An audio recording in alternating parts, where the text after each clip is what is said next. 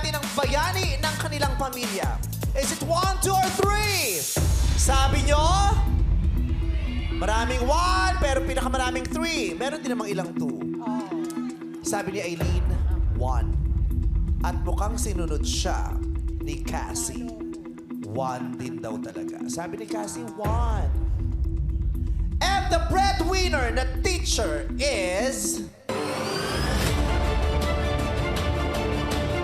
Breadwinner na teacher is number...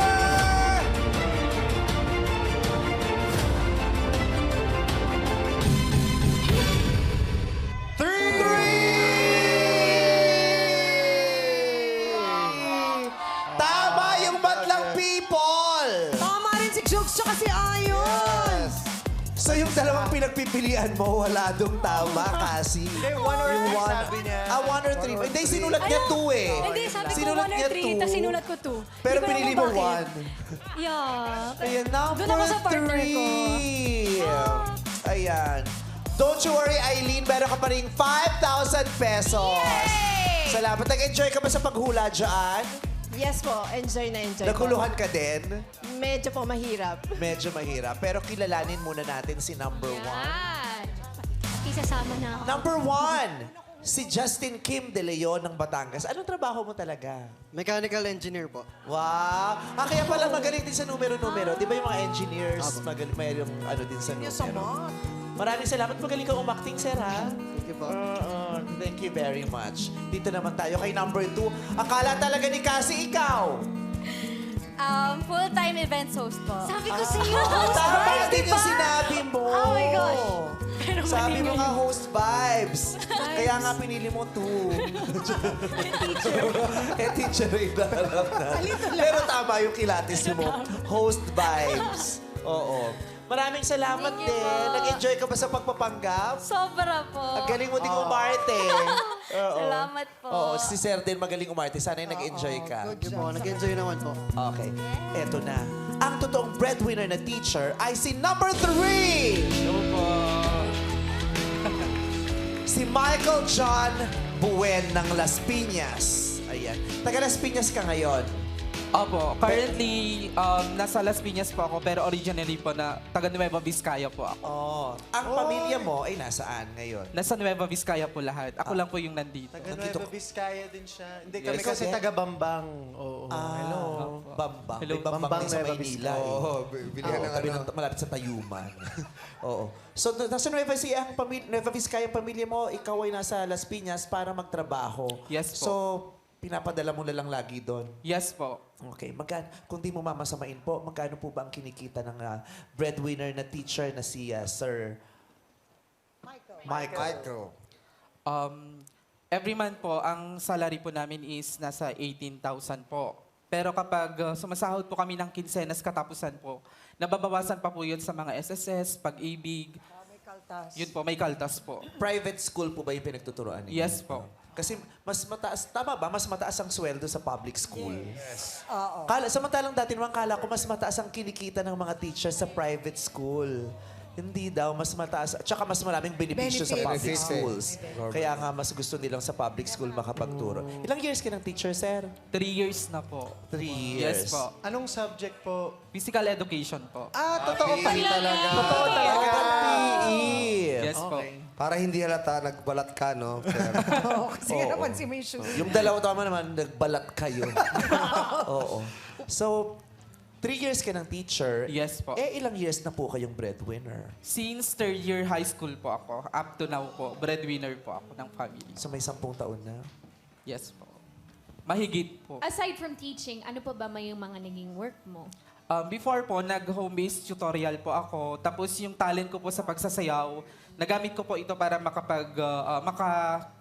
dagdag income Racket. po. Yes po, racket po. Ni-racket mo yung pagsasayaw. Yes po, nagtuturo po ako ng dance. Gumagawa din po ako ng mga creative costumes at nag-event organizer din po sa mga piyesta sa barangay, Wow. ganun po. Dami. Dami. no? Yes po. Lahat ng kaya niya, niraracket. Ginawa na niya. Pero tama yan, lahat ng kaya mo, pagkakitaan mo. Yes po. Kasi may mga, minsan, di ba, yung husay natin, minsan, libre. Yeah. Sayang din eh, di ba? Blessing yan, i-maximize mo yung gifts na binigay sa'yo. Yes. Correct. So, ilan ang buhay na itinataguyod mo? Bali yung father-mother ko po, tapos yung kapatid ko po na 4. Apat ang kapatid mo. Yes Okay. po. Tapos yung anak po ng panganay namin na 4 po na pamangkin ko po. 4 na pamangkin mo din. So, Yes ang dami, po. mahigit 10. Yes po. Panginoon, paano magkakasya yung 18,000 o 16,000 pag may kaltas sa 10 sa isang buwan? So, paano nga yun? Bali, ang ginagawa ko na lang po is, for example, sasahod po ako ng 8,000. Ang linis po nun is nasa 7,500. Ang alin po? 7,500 po yung pinaka total ng nasasad ko kasi yung nababawas na po. So ngayon po, yung 7,000 na po yun, pinapadala ko po lahat sa family. Since ako lang po talaga ngayon yung inaasahan nila when it comes to the basic needs and other needs of my pamangkin po. Paano ka dito sa Maynila kung walang natitira sa'yo, kung lahat nasa kanila? Paano ka Yung nabubuhay naiiwan dito? po na 500, pinagkakasya ko po yun bago ako ulit sumahod For 15 days? Yes po. Minsan po, nangihiram na rin po ako. And I'm so thankful po na may mga kaibigan o teacher po ako na talagang binibigyan din po ako ng tulong. Dahil alam po nila yung sitwasyon ko sa buhay. Saan ka naninirahan dito sa Las Piñas? Sa may upa yan? Yes po. Dati po, nasa dorm po ako ng school. Ngayon po, umalis na po ako doon kasi nag-end of contract na po ako. And good news po, this December po, papasok na po ako sa public school po. Wow! Ang sarap. Mas malaki na yung kikitain tapos maraming benefits. Yes po. Oo, pero hirap din 500, di ba? Yung uupahan mo, tapos yung paano ka kumakain, sir? Ayun po, pinagkakasya ko po. Bali, bumibili na lang po O ako. kung 500 sa 15 days, magkano per day? Minsan po, bumibili na lang po ako ng chicken pastil, yung 30 pesos po. And minsan Ano yung po, chicken sa isang pastil? araw. Chicken na hinimay-himay na gano'n, tapos Oo, tas parang niluluto. yung pritong-pritong chicken. Yes po, na may isang kanin po, 30 pesos. Bali, minsan po, 2 beses or 1 beses na lang po ako nakain sa isang araw. Grabe. And you need so much energy kapag PE teacher ka kasi it's a Yes po. physical. Oo. So, Yes po. Magtatatalon ka, magtatatakbo ka, magkikilos ka. Yung pa naman ang mahirap, yung nangungupahan ka, nagbabayad ka ng kuryente, yun yung hindi mo pwedeng lagtawan eh. Kundi mawawalan ka ng bahay, mawawalan ka ng kuryente. Oo. Putol yun kung putol. Oo. Di ba? Alam sa paaralan ninyo na ganyan ang iyong sitwasyon. Yes po. Kaya po may mga friends po ako na tumutulong din po sa akin or nalalapitan ko po, nahihiraman ko po ganun. Kasi, yes. Tsaka po, pag siguro medyo nakakagaan-gaan konti, nagbibigay po ako ng paunang bayad sa mga hiram ko po, ganun po. Kasi naisip ko, di ba, yung mga eskwelahan may pa-scholar sa mga estudyante, sa mga deserving, di ba? Ang dami ring iniindang problema ng mga faculty members. Di ba? Katulad niya. So, kung sana yung extend ng tulong, di ba? Di ba may PTA members, may faculty, may organization ba ang faculty, yung mga yan. Kahit, ito na naisip ko. Di ba may student council? Yung student council, di ba iniisip nyo yung mga para sa mga estudyante? Hindi rin sigurong masama na kung makakaisip tayo ng mga papamaraan kung paano tayo makakapag-extend ng help sa ating mga guro na nangangailangan din. 'Di ba? From students to the teachers naman, 'di ba? Ang nagbibigay kasi yung mga guro ang dami rin namang ibinigay sa atin. Totoo yan. Yes po. Ang hirap ng buhay mo, I can't imagine. Paano ka tumatawa? Paano ka umimik? Masaya ka pa ba? Sumasaya ka pa ba? Tumatawa ka pa ba? Sa mga nagdang araw po up to now, hindi po talaga. Kasi ilang araw na ako hindi nakakatulog ng maayos. Dahil lagi kong iniisip yung pangangailangan ng family ko po. Lalong-lalo na hindi naman po, wala naman pong trabaho si father tsaka si mother po. Tapos may mga iniinda pa pong sakit. Kaya hindi ko na namamalayan na parang ngumingiti pa ba ako? Siguro pag sa school na lang ako kasi as a teacher, kailangan mong gampanan yung role mo na ipagkita mo sa mga student na okay ka kasi PE, kailangan ng energy. Physically, mentally, emotionally, kailangan mong ipakita sa kanila na okay. Pero ang siguro nakapagpapangiti nga na lang sa akin po is makita ko po yung mga student ko na yung objectives within the day na lesson is nakukuha or marami silang natututunan po sa akin. Kaya laki po ng... ang bigat-bigat na po ng damdamin ko. Sobra po. I'm sure.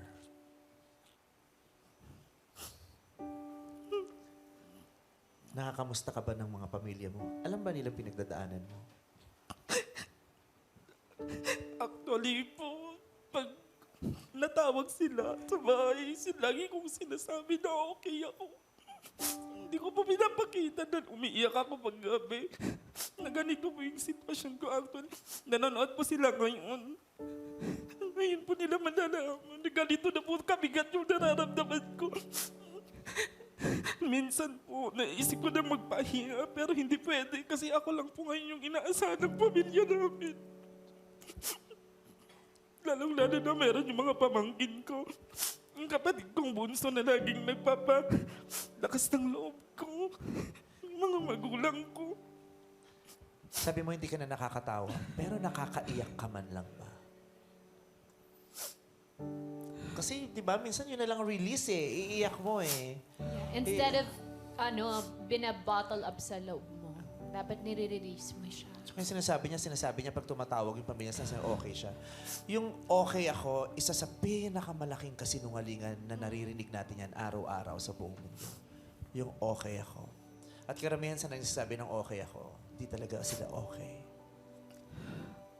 Kaya sana, maging mas sensitibo tayo, lalo na sa pamilya natin, lalong-lalo na sa mga breadwinners natin.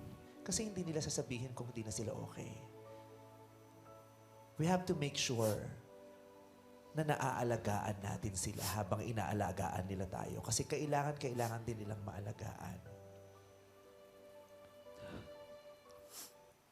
Anong pangarap mo para sa pamilya mo?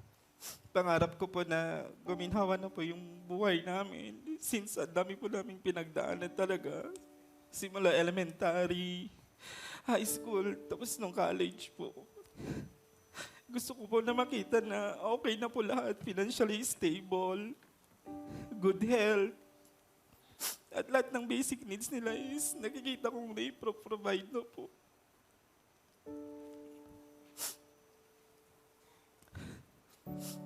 Kasi nung elementary ako, grade 4 pa ako noon. Yun yung time na nasunugan kami ng bahay. Halos lahat ng pinundar nila mama at papa sa pagsasaka, nawala po lahat, nasunog po lahat. Then nung high school ako, yun yung time na inatake yung father ko ng sakit sa puso. 2 beses na po until now po nagme-maintenance po siya. Tapos nung sumunod na after 2 months or 3 months po ganun, yun naman po yung bunso naming kapatid na tinawag ko siyang miracle baby kasi wala na po talagang mahanap na pitik ng huling pitik sa katawan niya. As in, nasa ICU na 50-50. Tapos pinagalitan na kami ng doktor that time na hindi niyo ba alam na wala na yung anak niyo. Pero dahil sa pananampalataya namin sa Panginoon, dito po yun nakuha yung huling pitik pulso po. Kaya po yun nabuhay po siya ulit. Kaya lagi ko po akong lumalaban para sa kanila. Na gano'n talaga, parang sinusukluban ka ng langit at lupa. Parang sunod-sunod, di ba? Nasunog yung bahay nila. Inatake sa puso ng hospital yung tatay niya. Muntik mamatay yung kapatid niya. Tapos sunod-sunod. Ang bigat-bigat nun, ang bigat-bigat. Hanggang ngayon, pilit pa rin nilang binubuo yung tahanan na nawala sa kanila. Lahat ng gamit nila na nasunog, hanggang ngayon pinipilit nilang buuin. Kaya naman, tutulungan ka namin na mapadali yung mga pinagtatrabahuhan mo. Kaya para may bagong kagamitan sa bahay ninyo, sa Nueva Vizcaya, may mga iririgalo kami para sa'yo. Ha? Thank you po. Bibigyan ka namin ng dining set. Dining table, mga upuan, Thank you po.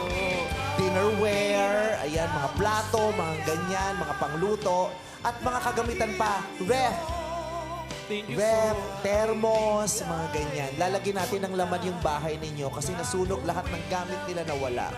Thank you po, ma'am. At dadagdagan pa namin yan, Michael. Ito, mula naman sa Kiowa, mag-uuwi rin ng electric fan si Michael. Merong electric kettle, may gas stove, water dispenser, rice cooker, at oven toaster. Kaya salamat sa Kiowa. It's made to serve hardworking breadwinners like you, Michael. Cause with Kiowa, life made easy. Salamat, Kiowa. Maraming salamat po. At bibigyan din natin si Michael ng bagong damit. Ng t-shirt, pantalon, jogging pants, socks, sneakers, sapatos, at tsinelas pa. I'm sure ang tagal mo nang hindi na ibibigay sa sarili mo. Kailan ka huling may binili para sa sarili mo? Bumibili man po ako, pero ukay-ukay po. Lahat po ng gamit ko, since high school ako up to now, hindi ko pa po nabibilan yung sarili ko. Kasi sabi ni Mama, pag sumahod ka, bilhan mo naman yung sarili mo kahit isang pares lang, pero hindi ko magawa kasi ayaw kong mabawasan yung ipapadala ko po sa kanila. Kaya naman reregaluhan ka namin ng ganyan. Kasi yung iba baka sabihin, ang simple naman, ibibigyan mo ng medyas, ng sapatos, ng pantalon, ng ano. Ang tagal na nilang hindi nararanasan kasi yun eh, yung nariregaluhan. Kaya gusto naming maranasan niya yun. Yung pakiramdam ng nireregaluhan at may natatanggap, may nabubuksan. Bago pa magpasko, may nabubuksan ka ng regalo. Okay, gusto, ayan, ngumingiti ka na kahit papano. Hindi man hanggang tenga yung ngiti mo, umangat man lang ng konti ang labi mo at magkaroon ng kurba ang iyong mukha. Masaya na kami dyan. Masayang-masaya na kami dyan. At para masaya ang kanilang Pasko, bibigyan namin kayo ng Noche Buena Package! Dagdagan nyo na rin ng Medianoche para New Year meron din sila, di ba? Kasi para hindi na itutulog yung yung Pasko at saka New Year. Sisiguraduhin natin na meron kayong maihahanda sa araw ng Pasko kasi ipagdiriwang natin yung birthday ni Papa Jesus eh, di ba? Kaya magsa-celebrate tayo. Huwag mo nang problemahin yan kung anong ibibigay ko, di ba? Saan ko kukunin yon? Mangungutang ka pa ba? Kasi sa ngayon, ang utang niya mahigit 100,000 na. Di ba? Mahigit 100,000 na. Ang showtime, bibigyan ka ng 10,000 piso. Thank you po. Magdadagdag ako ng 20,000. Thank you po. Yan po yung dahilan ko bakit hindi na ako nakakatulog, nakakapag-isip ng normal. Kasi ngayon lang po malalaman nila, Mama at Papa, na minsan yung mga binibigay ko po sa kanila is inuutang ko. At saka, kailangan mabayaran kasi yung utang eh. Kasi sigurado ako, may mga pangangailangan din yung mga tumulong sa'yo at nagpautang. Lumalaki yun, may tubo yun, malamang. Hindi natin alam. Kasi baka kaibigan niya naman. Kaibigan. Kung makamalamang ka, di naman kala mo talaga. Kung kaibigan naman, wala. Yeah. Pero usually, ganyan, nagpapatubo. Kasi kailangan din nila yun eh. Oh, may interest talaga. Di ba? Yes. So, ayun. Thank you so much po. Sa showtime, alam niyo po, nung nasa Las Piñas po ang audition ng Tawag ng Tanghalan, blessing in disguise po talaga na parang pinunta ako ni Lord na magsulat ng attendance kasi that time wala pong nagsusulat. Ngayon, dalawa lang po kami ng kaibigan ko yung nagsulat. Tapos sabi ko, sige, itry natin. Kasi mali mo, opportunity ito or blessing to. At yun po, sabi ko, ito na po yung isang solusyon sa mga problema ko. May show pala ako mamaya sa Candon. Manood kayo sa concert ko sa Candon. So, na-realize ko may concert ako. So, kikita ako mamaya. Babayaran ko na lahat yung utang mong 100,000.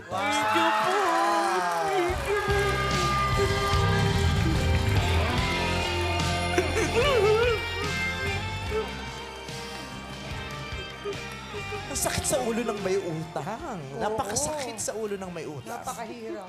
Kasi natatandaan ko dati, nung nag-usap kami ni Madam Lenny Robredo, sabi niya, kung meron kang itatanong sa akin bilang isang pangkaraniwang Pilipino, ano yung itatanong mo? Sabi ko, kung ako pangkaraniwang Pilipino, ang itatanong ko sa iyo, Ma'am Lenny, paano niyo po ba kami matutulungang magbayad ng utang?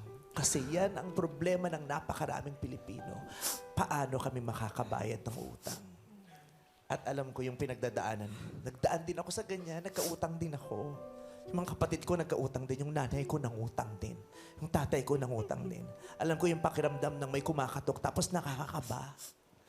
Yung may magte-text maniningil tapos nakakataranta. Tinatanggal niya ng kapayapaan ng araw mo. Ang ngiti ng mukha mo. Yung kagustuhan mong gumising ilut bukas, ayaw mo na kasi lahat ng yan takot na lang ang ibinibigay sa'yo. Kaya hindi ko man masolusyonan lahat ng iba mo pang problema. At least yung utang matulungan kita for now. Meme. Ang laking tulong po. Siguro po, sa mga susunod na araw, makakatulog na po ako ng maayos. Actually po, parang papunta na ako sa anxiety. Naisipan ko na po, parang gusto ko na po magpahinga. Pero dahil lagi kong iniisip yung family ko. Wag. Hindi kita masisisi kung minsan dumadako na sa isip mo yan kasi sa sobrang hirap. Kaya sana sa mga isa-eskwelahan din, mapangalagaan din natin ang mental health ng mga teachers. Oo. Ang guidance office naman ay hindi lang para sa mga estudyante, para din sa guro. Dumulog ka sa kanila. Dumulog ka sa mga tao sa guidance office, kung may psychiatrist kayo sa eskwelahan, kung may psychologist kayo doon, kailangan mo ng tulong eh. Hindi rin laging pera at material na bagay ang kailangan mo ha. Kailangan natin ng tulong sa kaisipan natin, sa kalooban, sa dibdib natin. Kailangan mo ng makakausap. Okay? Pero huwag kang susuko. Kasi pag sumuko ka, baka hindi mo abutin o hindi mo maranasan yung magandang pinangako sa'yo ng Diyos. Kasi meron. Yes, Antayin po. lang natin. Yes. Kaya huwag tayong susuko. Hindi man dumating sa panahon na gusto natin, pero darating yan sa panahon na natatama para sa ating lahat. May pinangako sa'yo ang Diyos. Maraming Isasalba ka niya. Yes po. Maraming salamat. Cassie, thank you very much for being with us today. Yes. Do you want to promote anything, Cash? Siyempre, gusto ko I want to say thank you also for sharing your story kasi grabe po, na-inspire din po ako sa inyo na parang gusto ko din i-push ang advocacy ko kasi I'm going to launch something on December and siguro this pushed me to do it, something about mental health. So, I just want to thank you for your service and sa lahat ng teachers, thank you sa service po ninyo and sa tita ko who's also a teacher. Thank you so much for being patient with your students and sa mga students, please let's go easy on our teachers and let's treat them as our friends as well. So, ayun. Thank you, Vice, guys. pwede ko bang imbitahan si Michael? Michael, imbitahan kita ha. Gusto ko ng isang araw na ma-relax ka, yung wala kang iisipin. So, punta ka sa amin sa Master Fades Barbershop. Ako na mag-aalaga sa iyo doon. Thank you po. Oo, lahat ng gusto mo ipagawa, gagawin namin. Gusto ko Thank lang you isang po. araw na makatulog ka, makapagpahinga ka kahit ilang oras, ma-relax ka, mamasahe ka, magpagupit ka doon, lahat ng gusto mo, gagawin namin, ha? Thank you so much po. Sige, bago ka bumalik ng Las Piñas, Sabi mo, ang tagal mo nandito matawa, pumunta ka ng Vice Comedy Club, isama mo lahat ng mga teachers na kaibigan mo. Yes, po. Ililibre ko kayo sa Vice Comedy Club. Kahit isang gabi man lang na tumawa ka, please, Yes po, please tumawa ka, ibigay mo sa sarili mo yan. At nandito yung kapatid niya, kasama mo ba? Yes po. Nagbiyahe pa po siya kagabi from Nueva Vizcaya kasi yan po yung pinapaaral ko na 4th year college na graduating na po ng criminology. congrats! Fourth year ka na? Graduate ka na? Police. Yes po, Ma'am Vice. Kailan ang graduation nyo?